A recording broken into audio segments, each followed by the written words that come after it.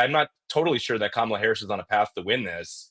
I'm not sure And, she is either. yeah, I mean, if you would have asked yeah. me a month ago, if you'd asked me 2 months ago, I said no way. Right at the top of her campaign, I was very concerned that she couldn't win, just because I didn't think Biden could win. Just where they were. Kamala Harris expanded the electorate, brought in all these exciting new people, new voters. Existing voters were saying, "Hey, we'll give you a shot." Some of the Michigan types, and by that I mean young people, college people, brown people, strong anti-war voices, were like, we're going to begin from a place of a strong maybe as opposed to a hell no. But it feels like she's lost that she's lost that room for sure. And I'm not sure if her campaign strategy is going to play out in the long term. And the thing I'm thinking specifically about is, this narrative, at least, that she doesn't engage the media enough. As a media expert, do you think Kamala Harris is talking to the media enough?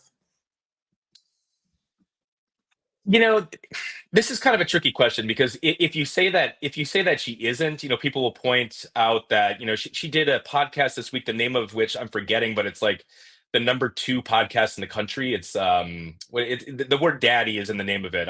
I've never watched it before, but that was one where a lot of people were saying, "Oh, she doesn't do enough media," and then other people were saying, "Oh, she did this podcast, which is actually really huge with young people." Call Her Daddy podcast. Call Her Daddy podcast. Yeah. And then earlier this week, she was on 60 Minutes this week, which was kind of a big deal. And the framing for that was, watching the 60 Minutes piece, they led with, because Trump, of course, was going to do it as well, and then he backed out. And that was a great intro.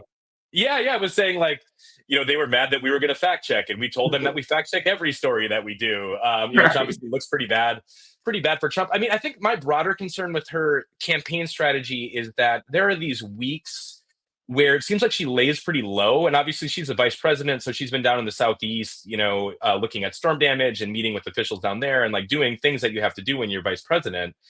But then Trump is out there, doing multiple rallies a day. I mean, he's been in Wisconsin like 3 times over the past 7 to 10 days doing rallies. Yeah. And, he says all sorts of like terrible stuff. And, I've kind of gone back and forth with someone who clips his rallies, where it's like, I think these rallies do him more harm than good in a lot of ways, because I think for, people who are kind of mainstream voters, you see the stuff that he's saying and like some of the ways that the crowd engages with him, and it's very alienating. I don't think he's really like growing his base or winning new voters or adherents based on these rallies. But I still think there's a sense where, with immigration and the economy, there's a lot of discontent out there. And so when the election kind of reverts to Kamala Harris not really making news, laying pretty low, and Trump out there doing a lot of stuff, even when it's outrageous, and he's saying things that end up making it into clips that look really bad for him, I think kind of the ambient, like the ambient, I don't know if vibes is the right word, but like people haven't been really happy with how the last 4 years have gone. And I would argue that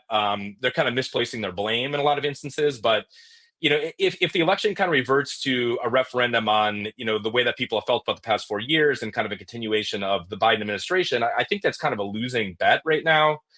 And so I feel like it's better for Kamala to get out there and kind of proactively make the case, make news, do rallies, do TV hits.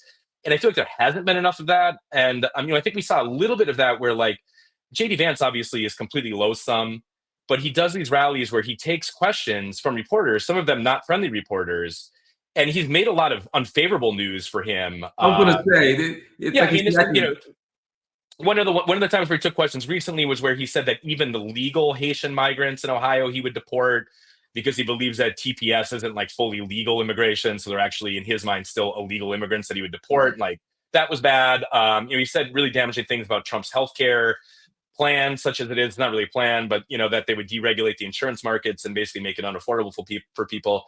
But like, I think doing these events sort of seasoned him for a decent debate performance, which was all it was all style over substance. I mean, Walz was much better on substance than he was on style, but Walz hasn't been out there doing adversarial TV interviews or like taking questions like that.